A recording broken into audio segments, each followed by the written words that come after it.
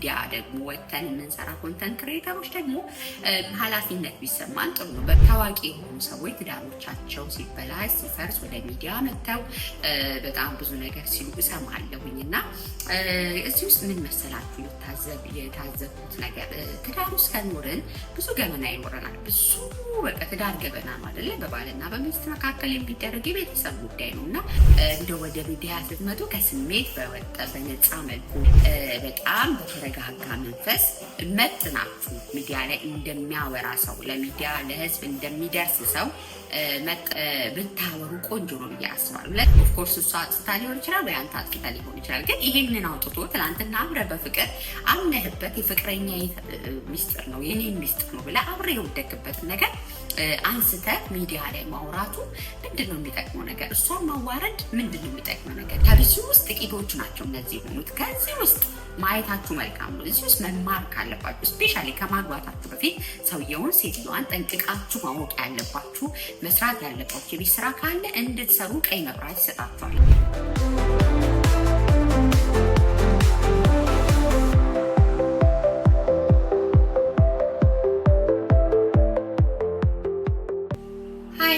ሰላም እንዴት አላችሁ? ውድ የድል ቤት ቤተሰቦች በያላችሁበት ሰላማችሁ ይብዛ። ይህ የድል ቤት ነው። እኔ ደግሞ ድል አብለማ ነኝ። እንግዲህ በተለያዩ ማህበራዊ ጉዳዮች እናወራለን። ትዝብቶቻችን፣ ወቅታዊ ጉዳይ፣ ስነልቦናዊ ጉዳይ፣ በአካባቢያችን ያየነውን የተመለከትናቸውን ነገሮች መማር ባለብን መልኩ የምንወያይበት የምናወራበት እንዲሁም የተለያዩ እንግዶች ደግሞ ለእናንተ የሚቀርቡበት ቻናል ነው። ሰብስክራይብ ስላደረጋችሁ እጅግ አድርጌ አመሰግናለሁ። ሰብስክራይብ አላደረጋችሁ ሰብስክራይብ አድርጉ። ቤተሰቡን ላይክ አድርጉ፣ ኮሜንት አድርጉ። ቴንኪዩ በጣም እጅግ አድርጌ አመሰግናለሁ ሁላችሁንም። ዛሬ ደግሞ በወቅታዊ ጉዳይ መጥቻለሁኝ። የወቅታዊ ጉዳይ ትዝብት ነው ዛሬ ወደ እናንተ ማመጣው። ከሰሞኑ እንግዲህ ሚዲያዎቻችን ብዙ ነገር ያሳዩናል አይደል? በተለይ ሶሻል ሚዲያው በጣም ብዙ ነገሮችን እናያለን፣ እንሰማለን፣ እንታዘባለን፣ እንፈርዳለን። አንዳንዱ ነገር ላይ እንሳተፋለን፣ አንዳንዱ ነገር ላይ ብይን እንሰጣለን። ብዙ ነገር ማለት ነው እና አሁን ላይ በዕለት ተዕለት ኑሯችን በጣም ከፍተኛ ተጽዕኖ ያለው ሆኗል። ሶሻል ሚዲያው ቆንጆ ነው፣ መረጃ ይሰጠናል፣ አዳዲስ ነገር ያሳውቀናል።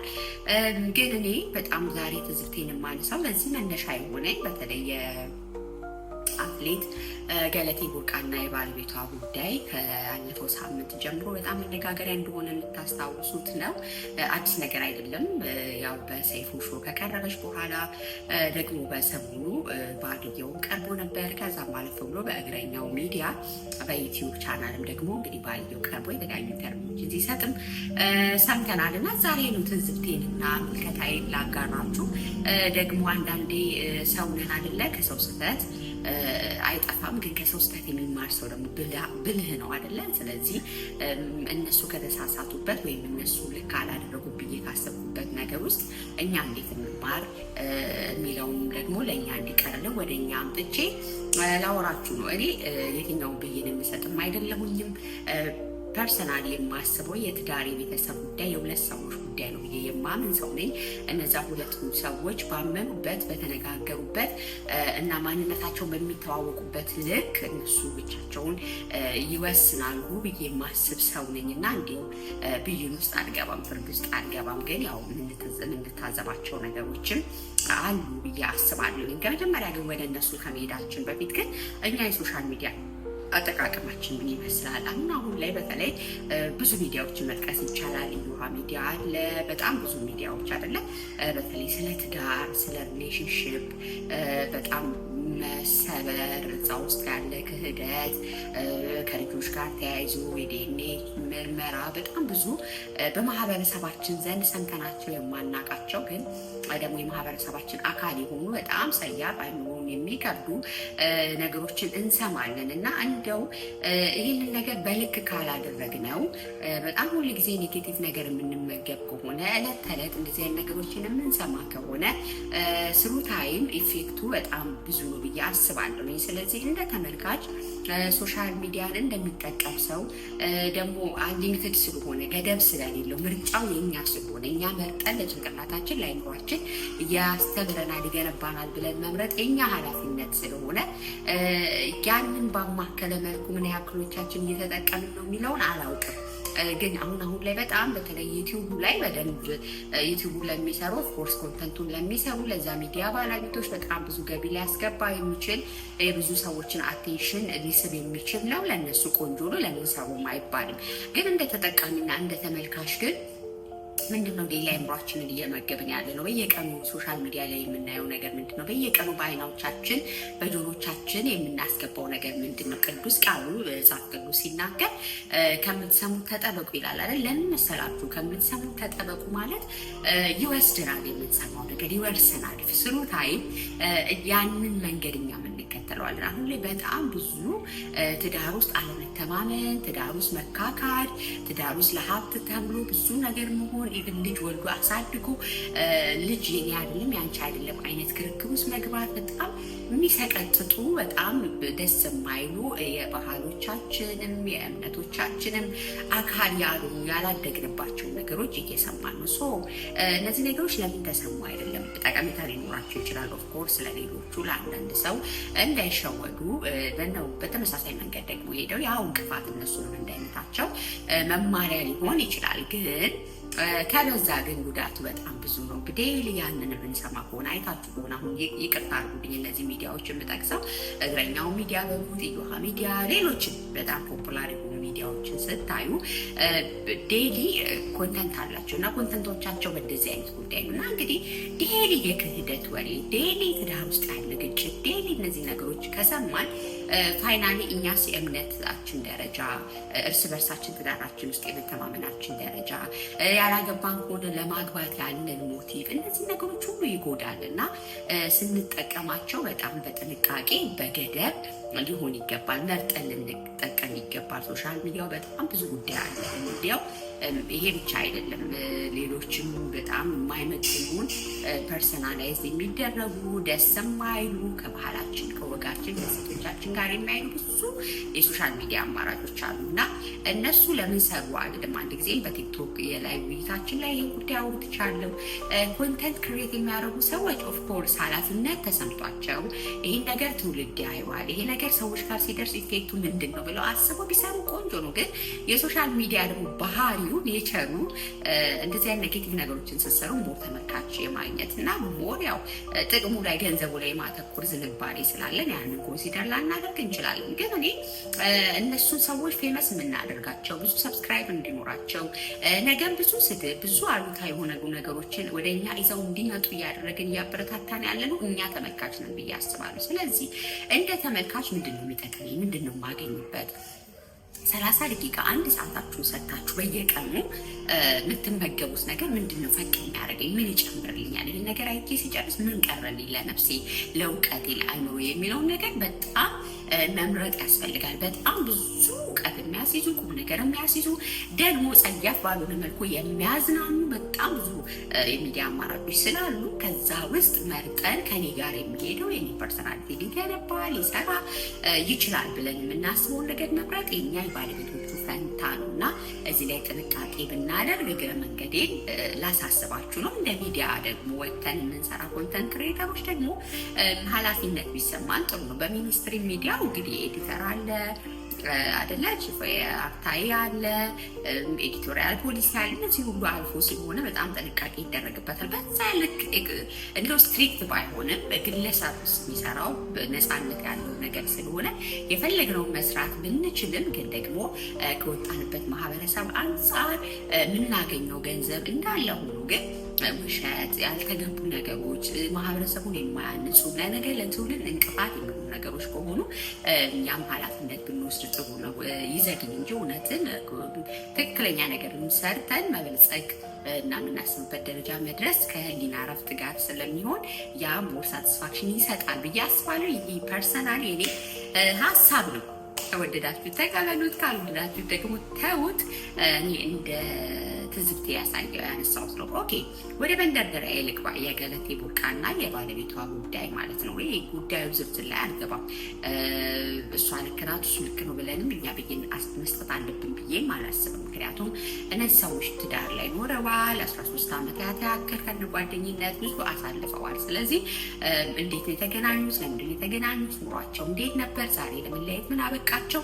እነሱ ያውቁታል። ባይዘው ወጥተው ካወሩትም በተጨማሪ ህሊናቸው የሚሉበት አኗኗር፣ ቤታቸው፣ ገበናቸው ብዙ ነገር አለ። ስለዚህ እንደው በማናውቀው ነገር እሷ ልክ ናት እሱ ልክ ነው ከምንል ከእግዚአብሔር ቢረዳ ኦልሬዲ እሱ ሌላ ትዳር መስርቷል። ግን ሰላማዊ እህትና ወንድም ሆነው ነገሮችን በሰላም ቢጨርሱ እንደ አንድ እህት፣ እንደ አንድ ሰው፣ እንደ አንድ ኢትዮጵያዊት ምኞቴ ነው። ስለዚህ ያንን ሊያበረክት የሚችል ጠጠር ብንኖረው ሁላችንም ጥሩ ነው። ካልሆነ ግን በማናውቀው ነገር ዝም ብንልም መልካም ይመስለኛል። ግን ትዝብቴ እነሱ ብቻ አይደለም ባይዘው የሰሞኑ ጉዳይ ሆኖ ገለቴንና ባለቤቷን አነሳ እንጂ ከዚህ በፊት ሳምሶን እና ዳጊ አርቲስቶቹ ሌሎችም ብዙ ረሳዋቸው እንጂ ብዙ ፊገር የሆኑ በጣም ታዋቂ የሆኑ ሰዎች ትዳሮቻቸው ሲበላሽ ሲፈርስ ወደ ሚዲያ መጥተው በጣም ብዙ ነገር ሲሉ እሰማለሁኝ። እና እዚህ ውስጥ ምን መሰላችሁ የታዘብኩት ነገር ትዳር ውስጥ ከኖርን ብዙ ገመና ይኖረናል። ብዙ በቃ ትዳር ገበና ነው አይደለ? በባልና በሚስት መካከል የሚደረግ የቤተሰብ ጉዳይ ነው። እና ስንጣላ ሚዲያ ላይ መተን ዝግዝግ አድርገን እሱ እኮ እንደዚህ ነበረ፣ እሷ እኮ እንደዚህ ነበረች፣ እንደዚህ አድርጋ በዚህ ገብታ በዚህ ወጣ ብለን ሊነገሩ የማይገቡ ገበናዎችን አውጥቶ መናገር ትርፉ ምንድን ነው? እኔ ለሁለቱም አካላት ነው የምናገረው ይሄንን ማለት ነው። ምንድን ነው በቃ ማለት ኢቨን እንኳን ገበና ማለት ነው ጥሩ ነገር አንስቶ እኔ እኮ እንዲያደርግላት ነበረ ያኔ ሳምሶን ተስጋቷል አይደለ? አርቲስት ዳግማዊት ባለቤት ልጆች ዕቃ አጥብ ነበረ፣ እሷ ከሌለች ቤት ውስጥ ቴኬር አድርግ ነበር። የትዳር ኃላፊነት አይደለ? በትዳር ውስጥ በፍቅር ደስ ብሎን በመቻቻል በመዋደድ በመረዳዳት ስሜት ውስጥ የምንኖርበት ትዳር ኖርማሊ እና ከዛም አልፎ ብዙ ጥሩ ነገሮች ልንደራረግ እንችላለን። ብዙ ውለታ ልናደርግ እንችላለን። የሆነ ነገር ልንገዛ እንችላለን። የሆነ ነገር ልንሰጥ እንችላለን።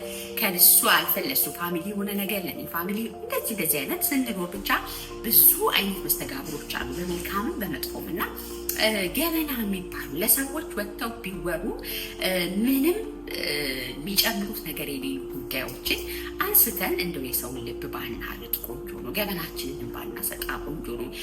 ምክንያቱም ልጆቻችን ያዩታል፣ ምክንያቱም ቤተሰቦቻችን ያዩታል፣ ምክንያቱም ትላንት በፍቅር አብረን ያሳለፍነው ነገር ነው እና ገልጠን እንደው እንደዚህ አድርጋ ነበር በዚህ ገብታ ነበር ብሎ ማውራት በጣም ተገቢ አይደለም ብዬ አስባለሁ። ምክንያቱም በፍቅር ነው የኖራችሁ። ትላንትና ማንም ሲጋባ ማንም ሲተጫጭ እፋታለሁ ጠላት ሆናለሁ አልዋደድም ብሎ የጀመረ ሰው የለም። በመኖር ውስጥ አለመግባባቶች ሊኖሩ ይችላሉ። አብሮ ሊያስቀጥሉ የማይችሉ ነገሮች ኖሮ አልቀጠላችሁ ይሆናል። ኦኬ፣ እሱ ምንም አይደለም። ግን ደግሞ ገበናችሁን አውጥታችሁ አይ እሷም እንዲያርገኝ ነበር እሱም እንዲያርጎኝ ነበር ማለቱ ግን እኔ ፋይዳው አይገባኝም። ገበናችሁን ብትጠብቁ ቆንጆ ነው። መነገር ያለበትን ነገር ብቻ ስፔሲፊክ አድርጋችሁ ብታደርጉ ቆንጆ ነው። ኦፍኮርስ ምናልባት ታዋቂ ሰዎች ናችሁ፣ ሚዲያው የሚያውቃችሁ ሰዎች ናችሁ። እንደሌላው እንደ ማንኛውም ሰው ትዳራችሁን ደብቃችሁ ሌላው ሰው ሳይሰማ ልትለያዩ ላትችሉ ትችላላችሁ። ግን እንደ ወደ ሚዲያ ስትመጡ ከስሜት በወጣ በነፃ መልኩ በጣም በተረጋጋ መንፈስ መጥናችሁ ሚዲያ ላይ እንደሚያወራ ሰው ለሚዲያ ለሕዝብ እንደሚደርስ ሰው ብታወሩ ቆንጆ ነው ብዬ አስባለሁ። ለጥንቃቄ ያክል ነው። ትዳር ውስጥ የማይጣላ የማይጋጭ ሰው የለም። በጣም ብዙ ሰዎች እኮ ሚዲያ የማያውቃቸው እንጂ በሰላም ተለያይተውም ልጆቻቸውን እያሳደጉ ያሉ ሰዎችም አሉ። ደግሞ ታርቀውም እንደገና እግዚአብሔር የወደደውን ትዳር የሚቀጥሉ ሰዎችም አሉ እና ስትጣሉ በጣም እንደ ጠላት አታወሩ። ጨርስ ታርጋችሁ ገበናችሁን አታወሩ። የእውነቴን ነው ብላችሁና ትንሽ እግረኛው ሚዲያ ላይ ገለቴ ባል ያደረገው ኢንተርቪው ላይ በጣም ነው ልብ ያዘ ነው በጣም ማለት ነው። ምክንያቱም ምንድነው ሰብስታንሱ፣ ምንድነው ጥቅሙ፣ ምንድነው የዚህን ጉዳይ ማውራቱ ብዬ እስከማስብ ድረስ በቃ ከማግባታችን በፊት እንዲሆነን ነበረ፣ አስወርዳ ነበረ፣ ይህን ስህተት አድርገን ነበር ምናምን ብሎ ማውራት ምንድነው አሁን ካለው ከስ ጋር አሁን እየተጣላችሁ ያላችሁት እኮ በዛ ጉዳይ አይደለም። እየተጣላችሁ ያላችሁት በሀብት ንብረት ክፍፍል ላይ ነው ልዩነት የመጣው። ኦፍኮርስ እሱ እሷ አጥፍታ ሊሆን ይችላል ወይ አንተ አጥፍታ ሊሆን ይችላል። ግን ይሄንን አውጥቶ ትናንትና አብረህ በፍቅር አምነህበት የፍቅረኛ ሚስጥር ነው የኔ ሚስጥር ነው ብለህ አብረህ የወደቅበትን ነገር አንስተህ ሚዲያ ላይ ማውራቱ ምንድን ነው የሚጠቅመው ነገር? እሷን ማዋረድ ምንድን ነው የሚጠቅመው ነገር? የእሷን ሚስጥር አውጥቶ ማውራት እኮ ማለት የራስህን ሚስጥር ማውጥተህ ማውራት። ምክንያቱም እንደገዛ አካሉ ይቁጠራት ነው አይደል የሚለው። ባል ነበርክ በዛ ሰዓት፣ ዛሬ ነው ባልነትን ፈተህ የሄድከው። ዛሬ ባልነትን ፈተህ ስትሄድ ትናንት ባልሆነ አብረህ የነበርከው ፍቅር አብረህ ያሳልፍከው ነገር ሚስጥር አውጥቶ ለህዝብ አደባባይ ማውራት ፋይዳው አይገባኝም። እና ትንሽ በአይምሮ ብንሆን ብንጠነቀቅ ቆንጆ ነው። ያጣላችሁ ነገር ላይ ያለያያችሁ ነገር ላይ እሱም አስፈላጊ መስሎ ከታያችሁ ግን መጥናችሁ ብታወሩት ቆንጆ ነው። እና እንደው ግልብጥ አድርጋችሁ የቤተሰባችሁን የእርስ በርሳችሁን ሚስጥር ማንነት ባታወጡት ጥሩ ይመስለኛል ብዬ አስባለሁ። ፋይናሊ ያው የዚህ የእነሱ ጉዳይ ብዙ ነገሮች አሉ። ግን በዚሁ እግረ መንገዴን ግን ለእግረኛው ሚዲያ ደግሞ ብዙ ጊዜ የምታዘበው ሚዲያ ስለሆነ ማለት ነው። እና አንድ ሰው እምነቱን በፈለገ መልኩ ሊቀየር ይችላል። ፈለገ ፕሮቴስታንት መሆን ይችላል፣ የኦርቶዶክስ ተዋህዶ ቤተክርስቲያን ተከታይ ሊሆን ይችላል፣ የካቶሊክ፣ የሐዋርያት፣ የሙስሊም ሌሎችም ሃይማኖቶች ማንም ሰው መብቱ ነው። እና እንደ ጋዜጠኛም ስለሆንኩኝ እንደ ሚዲያ ባለሙያ እኛ የትኛውን ፖለቲካ የትኛውንም ሃይማኖቱን በማራመድ አንችልም። በእርግጥ የሶሻል ሚዲያ ስለሆነ መብትክስ በራስ ሚዲያ ላይ ምንም ማድረግ የህዝብ ሚዲያ ላይ ስላልሆንክ ማለት ነው። ግን ትንሽ ብዙ ጊዜ ከዚህ ከሃይማኖቶች ጋር ተያይዞ በምትሰራቸው ነገሮች ኒውትራል ሆነ አላይክም። በውስጥ ታዋቂነት ኒውትራል በሚመስል አቀራረብ ግን ተጽዕኖ ለመፍጠር የምትሞክራቸው ነገሮች ተገቢ አይደሉም ብዬ አስባለሁ። ይሄ እንደተያየሁትን ነው። ግን ደግሞ የገለቴ ቡርቃን ባለቤት ስትጠይቅ እምነቱን ቀይሯል። ፕሮቴስታንት ሆኖ ነበረ፣ አሁን ደግሞ ወደ ኦርቶዶክስ ተዋህዶ ቤተክርስቲያን ተመለሰ። የሰውየው ፐርሰናል ውሳኔ ነው። እና ኢቨን አንተ ሴት ተከትለ እምነት ቀየር፣ ከዛ ደግሞ ሴት ተከተለ እምነት ተውክ ብለህ በጣም ደጋግመህ ስትጠይቀው ኖሬ ገብቶኝ ነው በሂደት ያንም የተቀየርኩት፣ አሁን ደግሞ ኖሬ አሰላስዬ ደግሞ ያ መንገድ ያዋጣኝ ብዬ ወደዚህ ቀጠልኩ ብሎ እያለ ነው። እና ከዚህ በጣም እንደ መርማሪ ፖሊስ በጣም ፐርሰናል ራይቱ ላይ ገብቶ ይሄን ያልተሰማሩ ኢንተርቪው ማድረግም ተገቢ ነው ብዬ አላስብም። ምንም የሚጠቅም ነገር አይደለም። የትኛውም እምነት የራሱ ስነ ስርዓት አለው፣ አስተምሮ አለው። ስለዚህ ይሄንንም በጣም በጥንቃቄ ወደ ሚዲያ ስናመጣ በተለይ የኛ ህዝብ እምነት ላይ ሴንሲቲቭ ነው። ያንን ግንዛቤ ውስጥ ያካተተ ኢንተርቪዎችን ብትሰራ ቆንጆ ነው ብዬ አስባለሁ፣ እንደ እህት ማለት ነው። ጠቅለል ባለ ሁኔታ ግን ተመልካቾች ዛሬ ምን ልትይን አስበሽ ነው የመጣሽው ካላችሁኝ፣ ዛሬ ልላችሁ ያሰብኩትና የፈለጉት ነገር ምንድን ነው? አይምሯችን እለት በእለት የምንመገበው የምናየው የምንሰማው ነገር መመጠን መምረጥ የኛ ኃላፊነት ነው። ለዛ ልንጠነቀቅ ይገባል፣ ልንመርጥ ይገባል፣ ኃላፊነት ሊሰማን ይገባል።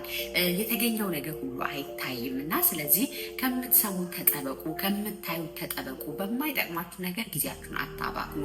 ከሌ ተፋታ ከሌ እንደዚህ አረጋት ወይ ምናምን ብሎ ቀን ሙሉ ያንን እያሰላሰሉ መዋል ለእኔ ህይወት ምን ይጠቅመኛል? ኦፍኮርስ የትዳር አማካሪዎች ከሆናችሁ ስነ ልቦና ላይ የምትሰሩ እንደዚህ አይነት ጉዳይ ላይ የመስራት ሀሳብ ካላችሁ እነዚህ ጉዳዮች ሊጠቅማችሁ ይችላል። ግን በተረፈ በጣም የተገኘውን ነገር ሁሉ ስፔሻሊ ደግሞ ኔጌቲቭ የሆኑ ታውቶችን ሁል ጊዜ ወደ አእምሮ ማስገባት እኛም ኔጌቲቭ የሆነ ነገር እንዲኖረን ስለሚያደርግ በዛ ልክ መጠንቀቁ ተገቢ ነው ብዬ አስባለሁ። ይሄ የኔ ምልከታና ትዝብት ነው።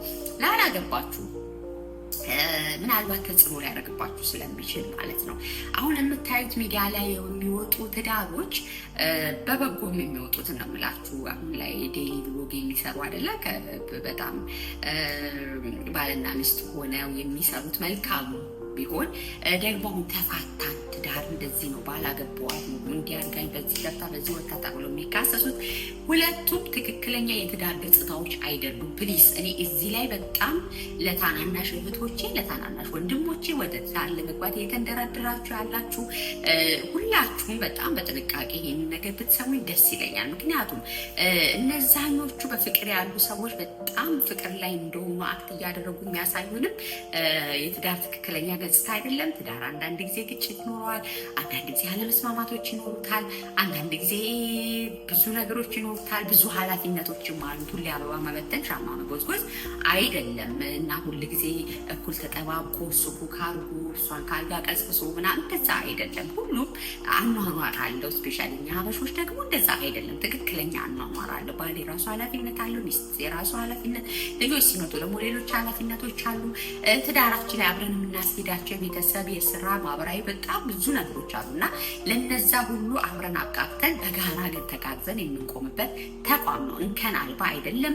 እንደው በጣም ሁል ጊዜ በቃ ተዝናንተን እና ስቀን የምንኖርበት አይደለም።